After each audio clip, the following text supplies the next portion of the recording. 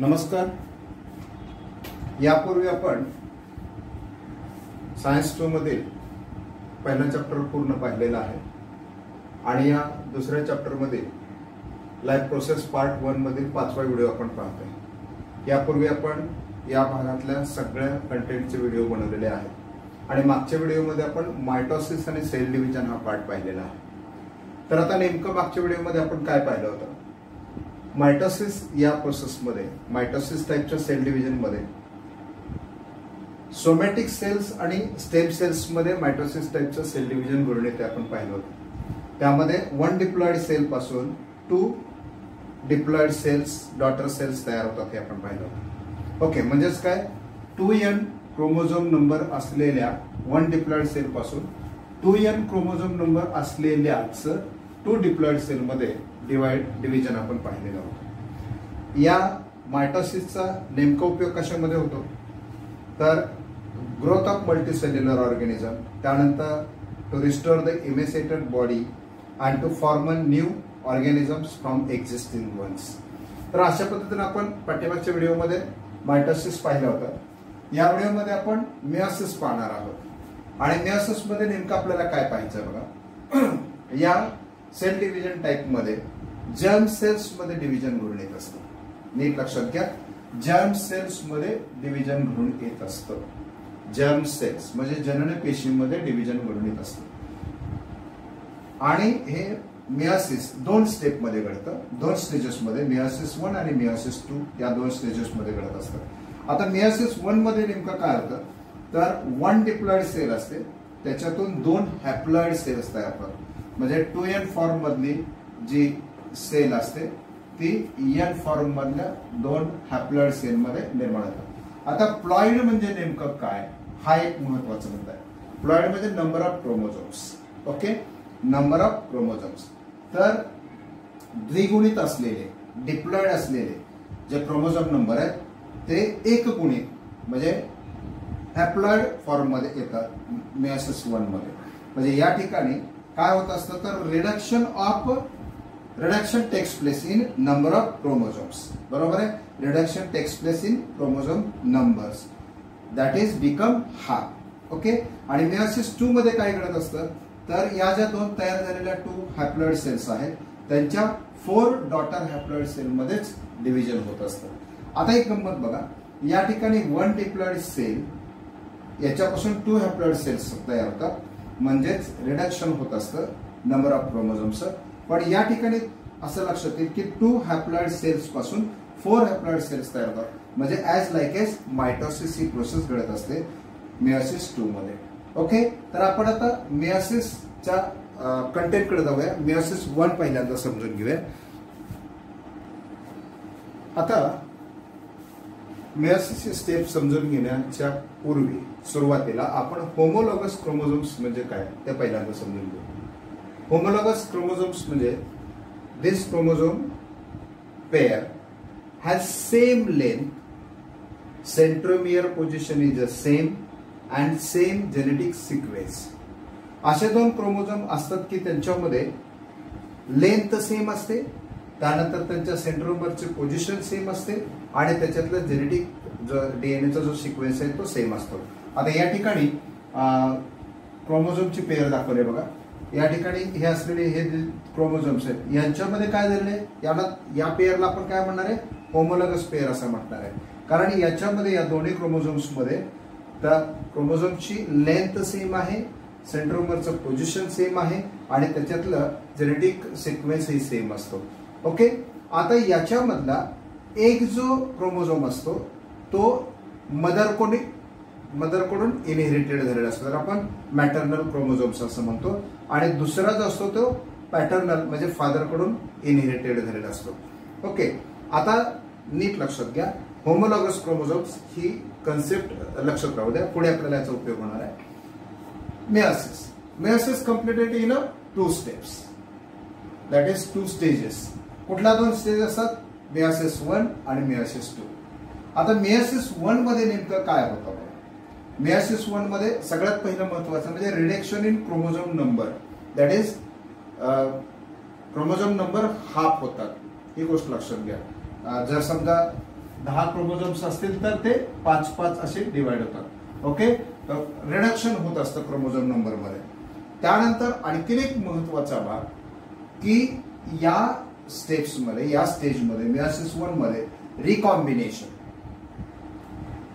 Means crossing over between homologous chromosomes. या homologous chromosomes मध्ये crossing over होत असतं. म्हणजे या अशा पद्धतीने हे समजा असतील तर अशा पद्धतीने क्रॉसिंग ओव्हर होतं. ओके, म्हणजे या क्रोमोझोमचा एक थ्रेड याच्यावरती क्रॉस होतो. ओके, अशा पद्धतीने क्रॉसिंग ओव्हर होतं. याही ठिकाणी असं क्रॉस होत असतं. तर crossing over homologous occur between homologous chromosomes ही प्रोसेस फार महत्वाची आणि या सगळ्या स्टेप मधले अतिशय महत्वाची. Okay, those homologous chromosomes are divided into 2 groups. नंतर हे होमोलॉगस क्रोमोझोम 2 ग्रुप मध्ये डिवाइड होतात आणि डिवाइड झाल्यानंतर काय होतात, 2 हॅप्लॉइड सेल्स फॉर्म. अशा पद्धतीनं ही जी सेल आहे या सेल मधला हा जो क्रोमोझोम आहे त्याच्यामधल्या होमोलॉगस क्रोमोझोम मध्ये काय होतं, रिकॉम्बिनेशन किंवा क्रॉसिंग ओव्हर आपण त्याला म्हणूया. होमोलॉगस क्रोमोझोम मध्ये क्रॉसिंग ओव्हर होतं, त्यानंतर ते डिवाइड होऊन 2 हॅप्लॉइड सेल्स तयार होतात. आता ऍक्च्युअली आपण मेयोसिस 1 मध्ये सगळ्या गोष्टी कशा होतात ते बघायच्यात आपल्याला. मेयोसिस 2 मध्ये काय होतं बघा. Meiosis 2 is just like as a mitosis. हे मायटोसिस सारखी स्टेज असते. याच्यामध्ये असं क्रोमोझोम नंबर हाफ वगैरे काही होत नाही, जसे आहेत तसेच राहतात. याच्यामध्ये 2 हॅप्लॉइड सेल्स, ज्या 2 हॅप्लॉइड डॉटर सेल आहेत, या डॉटर सेल ज्या मेयोसिस 1 मधून आपल्याला मिळालेल्या असतात त्याच डिव्हिजन मध्ये जातात आणि डिव्हिजन मध्ये गेल्यानंतर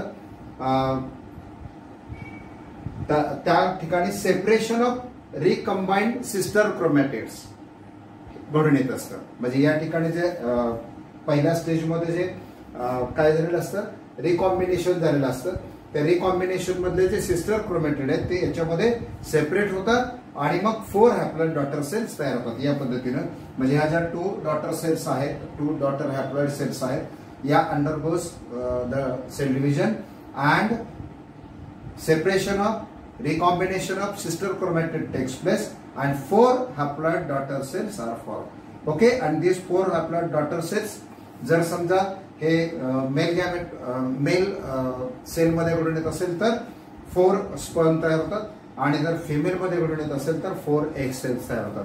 तर अशा पद्धतीनं या मेयोसिस 1 आणि मेयोसिस 2 मध्ये या पद्धतीनं गॅमेट फॉर्मेशन होत असतं.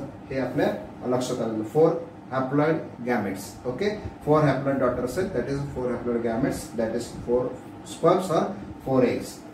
आता मेयोसिस 1 मध्ये या गोष्टी सगळ्या आपण डिटेल्स मध्ये पाहणार आहोत. मेयोसिस 1 मध्ये 4 स्टेज आपल्याला पाहायला मिळतात. Prophase 1, metaphase 1, अनाफेज 1, telophase 1. ओके, म्हणजे ह्या ज्या 4 स्टेज आहेत त्या पॅराकायनेसिस 1 च्या स्टेजेस झाल्या. मेयोसिस 1 मधला पॅराकायनेसिस 1 झालं, प्रोफेज 1, मेटाफेज 1, अनाफेज 1, टेलोफेज 1. आणि मग या 4 फेजेस संपल्यानंतर सायटोकायनेसिस घडून येतं. दॅट इज द सायटोकायनेसिस 1 घडून येतं. सायटोकायनेसिस 1 मध्ये 2 हॅप्लॉइड डॉटर सेल तयार झाले असतात. या 2 haploid daughter cell undergoes cell division in meiosis 2. Meiosis 2 मध्ये बाकी मायटोसिस प्रमाणेच सगळं घडत असतं. इथं कसं रिकॉम्बिनेशन होतं, त्यानंतर रिडक्शन इन क्रोमोझोम नंबर होतं. म्हणजे 2n फॉर्म मधले जे क्रोमोझोम नंबर असतात ते डॉटर सेल मध्ये NN म्हणजे हॅप्लॉइड फॉर्म मध्ये जातात आणि म्हणजे रिड्यूस होतात, हाफ होतात. आणि या 2 डॉटर सेल या मेयोसिस 2 मध्ये ज्या n नंबर ऑफ क्रोमोझोम्स आहेत त्यांच्यापासून n नंबर ऑफ क्रोमोझोम्स असलेल्या 4 हॅप्लॉइड डॉटर सेल्स किंवा 4 गॅमेट्स तिथे फॉर्म होतात. तर याच्यामध्ये सुद्धा मेयोसिस 2 मध्ये सुद्धा या 4 स्टेज आहेत. Prophase 2, metaphase 2, anaphase 2, telophase 2, that is the karyokinesis 2. Okay, and या सगळ्या 4 स्टेजेस संपल्यानंतर त्याच्यामध्ये सायटोकायनेसिस 2 घडून येतं आणि मग याच्यामध्ये काय घडत असतं, 4 haploid daughter cells that is 4 gametes create होत असतात. ओके, आता स्टेप बाय स्टेप मेयोसिस 1 मध्ये जे पहिली फेज आहे प्रोफेज 1, हे एक लॉंगेस्ट फेज असते आणि इम्पॉर्टंट स्टेज असते, कारण त्याच्यामध्ये काय काय घडत असतं, कंडेन्सेशन ऑफ क्रोमोझोम्स घडत असतात, त्यानंतर होमोलॉगस क्रोमोझोम लाईन अप होत असतात, त्यानंतर रिकॉम्बिनेशन होतं, क्रॉसिंग ओव्हर टेक्स प्लेस त्याला आपण म्हणतो. त्यानंतर मग ते क्रॉसिंग ओव्हर झालेले क्रोमोझोम्स असतात ते होमोलॉगस क्रोमोझोम नंतर रिपल्शन होतं, ते एकमेकांपासून दूर जातात. त्यानंतर मग सिस्टर सेपरेशन होत असतं क्रोमोझोमचं आणि न्यूक्लियर मेम्ब्रेन डिसॅकर होत असतं. तर ही प्रोफेज 1 ही मेयोसिस 1 मधली सगळ्यात लॉंगेस्ट आणि इम्पॉर्टंट अशी ही फेज असते. 5 फेजेस असतात त्याच्यामध्ये. पहिली फेज आहे लिप्टोटीन. याच्यामध्ये काय होत असतं की आपल्याला माहिती आहे की सुरुवातीला जे क्रोमोझोम्स असतात ते अनविजिबल असतात, म्हणजे अगदी अस्पष्ट दिसत असतात. पण या फेजमध्ये लेप्टोटीन मध्ये नेमकं काय घडत असतं तर कंडेन्सेशन म्हणजे गडद होतात. हे क्रोमोझोम्स काय होतात, गडद होतात. आता या ठिकाणी होमोलॉगस पेअर 2 दाखवलेले आहेत, बरोबर की नाही, 2 होमोलॉगस पेअर आहेत तिथे. तर हे कंडेन्सेशन होतात. त्यानंतर त्या क्रोमोझोम्स काय होतात, कंडेन्सेशन झाल्यामुळे थिक होतात आणि विजिबल होतात, बरोबर आहे, दिसायला लागतात वरून. ओके, ही पहिली लिप्टोटीन फेज आहे. झायगोटीन फेज मध्ये काय होतात बघा, आता इथे लक्षात येईल तुमच्या की हे जे क्रोमोझोम्स आहेत म्हणजे पेअर मधले दोन्ही क्रोमोझोम्स आहेत ते कसे असे वाकडे तिकडे कसेही आहेत.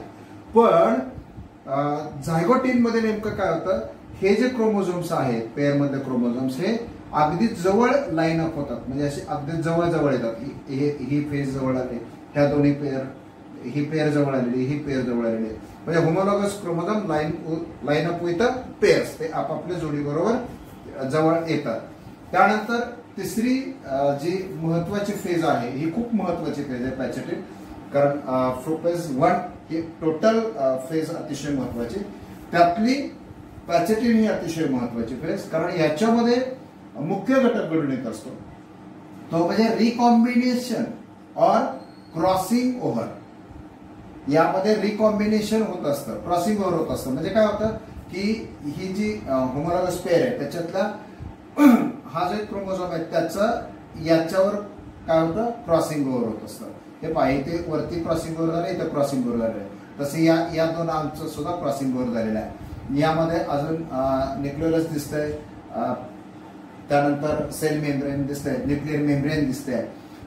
आता या पॅचेटिन मध्ये रिकॉम्बिनेशन होतं, क्रॉसिंग म्हणजे क्रॉसिंग ओव्हर होतं आणि या होमोलॉगस पेअर एकमेकांवर कॉम्बाईन होत असतात. त्याच वेळेला डिप्लोटीन ही जी चौथी फेज आहे याच्यामध्ये एक महत्वाचा भाग आहे की पॅचेटिन मध्ये क्रॉसिंग ओव्हर झाल्यानंतर इथे जेनेटिक मटेरियल काय होतं, आदान प्रदान होतं. म्हणजे याच्यातलं जेनेटिक मटेरियल याचं जेनेटिक मटेरियल या क्रोमोझोमला मिळतं आणि याचं जेनेटिक मटेरियल या क्रोमोझोमला मिळतं.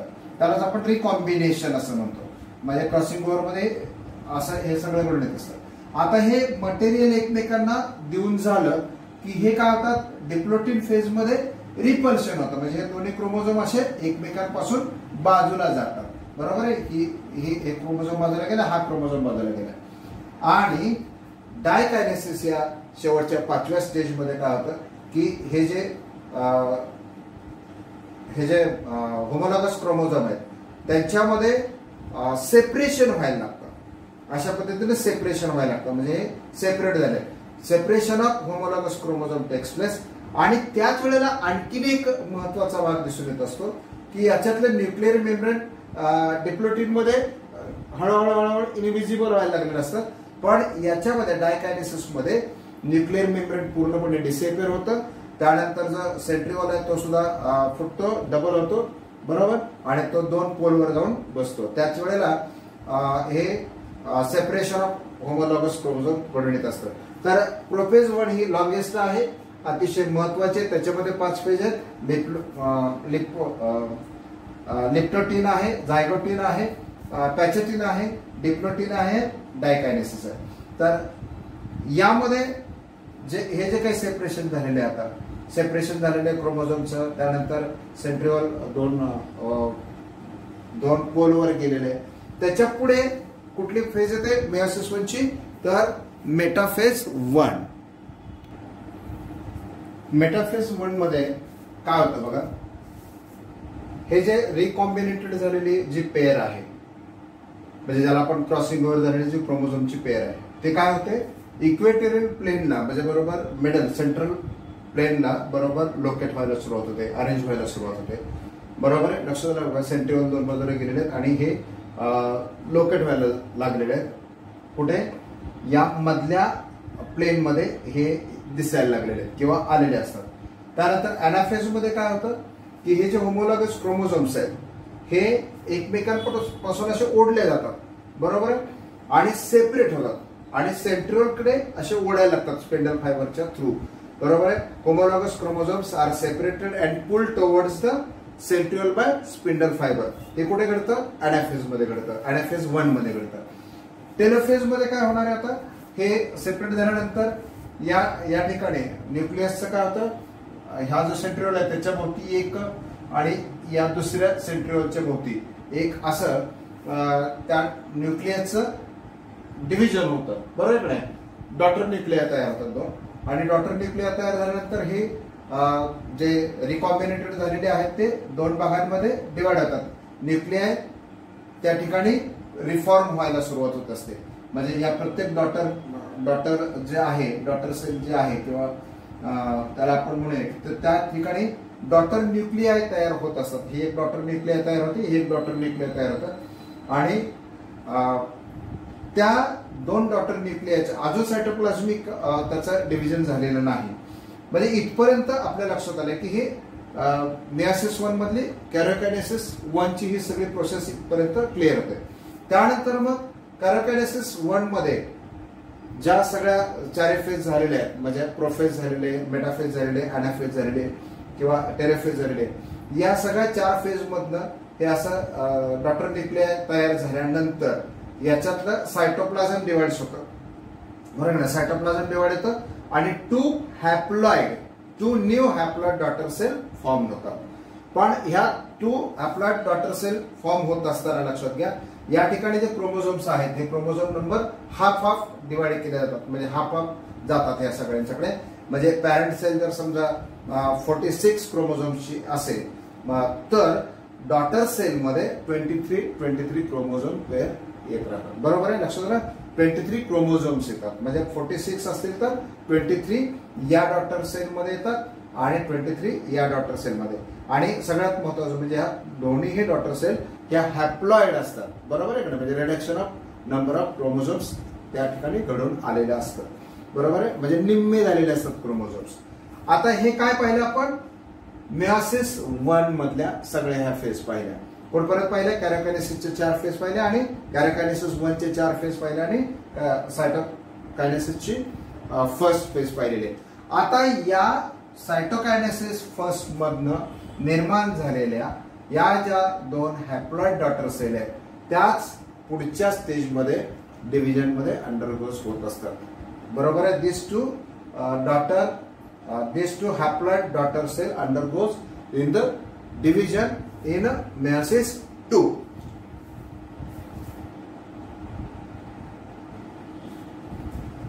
meiosis 2 मध्ये की जे मायटोसिस सारखी सगळी प्रोसेस दिसून येते त्याच्यामध्ये काय होते? या ज्या 2 डॉटर सेल आपल्याला सायटोकायनेसिस 1 मध्ये मिळालेले आहेत त्या 2 डॉटर हॅप्लॉइड सेल असलेल्या त्याच्यापासून 4 डॉटर हॅप्लॉइड गॅमेट्स तयार होतात. ओके.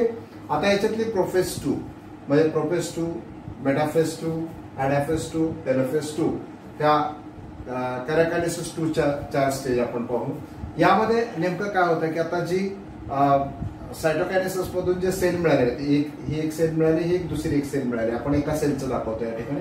तर हे जे क्रोमोझोम्स असतात त्यांचं कंडेन्सेशन व्हायला लागतं, म्हणजे डार्क होतात, ते विजिबल व्हायला लागतात. ओके.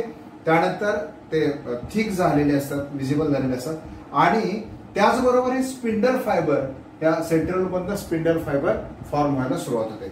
मेटाफेज 2 मध्ये काय होतं की क्रोमोझोम्स हे इक्वेटोरियल प्लेन मध्ये अरेंज व्हायला लागतात. बरोबर आहे. आणि त्याच वेळेला सेंट्रिओल मधनं हे स्पिंडल फायबर फॉर्म होऊन त्याच्याकडे वाढायला लागलेले असतात.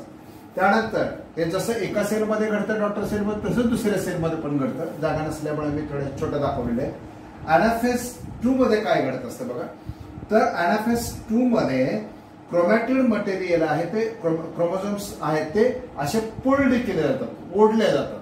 कुठे ओढले जातात? सेंट्रिओलकडे ओढले जातात. कोणाकडून ओढले जातात? स्पिंडल फायबर कडून. स्पिंडल फायबर कडून हे असे क्रोमोझोम्स या सेंट्रिओल कडे ओढले जातात आणि हे सेंट्रिओलच्या आजूबाजूला हे क्रोमोझोम्स गेल्यानंतर हे क्रोमॅटिड मटेरियल गेल्यानंतर टेलोफेज मध्ये याच्यामध्ये न्यूक्लिअर मेम्ब्रेन तयार व्हायला सुरुवात होते, म्हणजे reform of nuclear membrane start.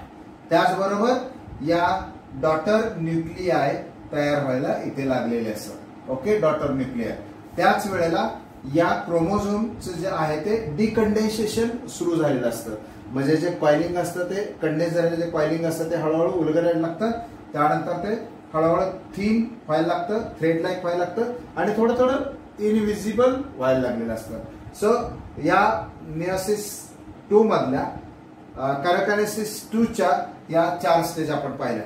यानंतर काय घडणार आहे, सायटोकायनेसिस 2 घडून येणार आहे. सायटोकायनेसिस 2 मध्ये या ज्या डॉटर सेल ज्या डॉटर न्यूक्लिया तयार झाल्या ह्याच्यामध्ये एक नॉच तयार होत जाते. हे नॉच हळूहळू वाढत जाते बरोबर इकडे, आणि नॉच वाढत गेल्यानंतर त्याच वेळेला हे सगळे जे क्रोमोझोम्स आहेत ते अनविजिबल व्हायला लागतात बरोबर आहे. परत थिन होत जातात, अगदी धाग्यांसारखे होत जातात, ते इनविजिबल झालेले असतात आणि याच्या या सेल पासून 2 डॉटर सेल तयार होतात, या सेल पासून 2 डॉटर सेल तयार होतात. म्हणजे अशा 4 हॅप्लॉइड सेल्स किंवा 4 हॅप्लॉइड गॅमेट्स तयार होतात की ज्याच्यामध्ये क्रोमोझोम नंबर हा म्हणजे इथे बाकी क्रोमोझोम नंबर सेम राहिलेला असतो.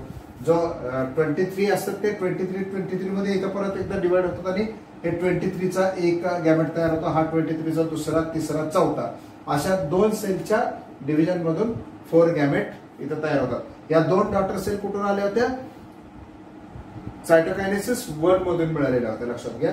आणि त्याच्यापासून असे 4 हॅप्लॉइड गॅमेट सेल तयार होतात. जर मेल सेल असेल मेल ऑर्गॅनिझमची तर त्याच्यामध्ये 4 गॅमेट्स म्हणजे 4 स्पर्म तयार होतात, त्या की ज्या प्रत्येक गॅमेटमध्ये काही 23 क्रोमोझोम्स असतात ह्युमन मध्ये. आणि फिमेल सेलचं जर हे मेयोसिस मध्ये जर सेल डिव्हिजन झालं असेल तर 4 एक सेल तयार होतात की ज्यांच्यामध्ये 23 क्रोमोझोम्स असतात. मग नंतर फर्टिलायझेशन मध्ये एक समजा एक सेल असेल, एक स्पर्म सेल असेल, तर अपत्याला मिळताना ऑफस्प्रिंगला मिळताना मॅटर्नल 23 क्रोमोझोम आणि पॅटर्नल 23 क्रोमोझोम आणि जो ऑफस्प्रिंग असेल जन्माला जे अपत्य असेल त्याच्यामध्ये 46 क्रोमोझोमची एक सेल परत तयार होते. तर अशा पद्धतीने आपण मियोसिस आणि मायटोसिस हा भाग संपवलेला आहे. फक्त एकच गोष्ट लक्षात ठेवायची की मियोसिस मध्ये रिकॉम्बिनेशन होत असतं बरोबर की नाही, रिकॉम्बिनेशन होत असतं, त्यानंतर क्रॉसिंग होत असतं आणि त्याच्यामध्ये क्रोमोझोम मटेरियल आहे, डीएनए मटेरियल आहे ते काय होतं ट्रान्सफर होत असतं एकमेकांमध्ये बरोबर आहे.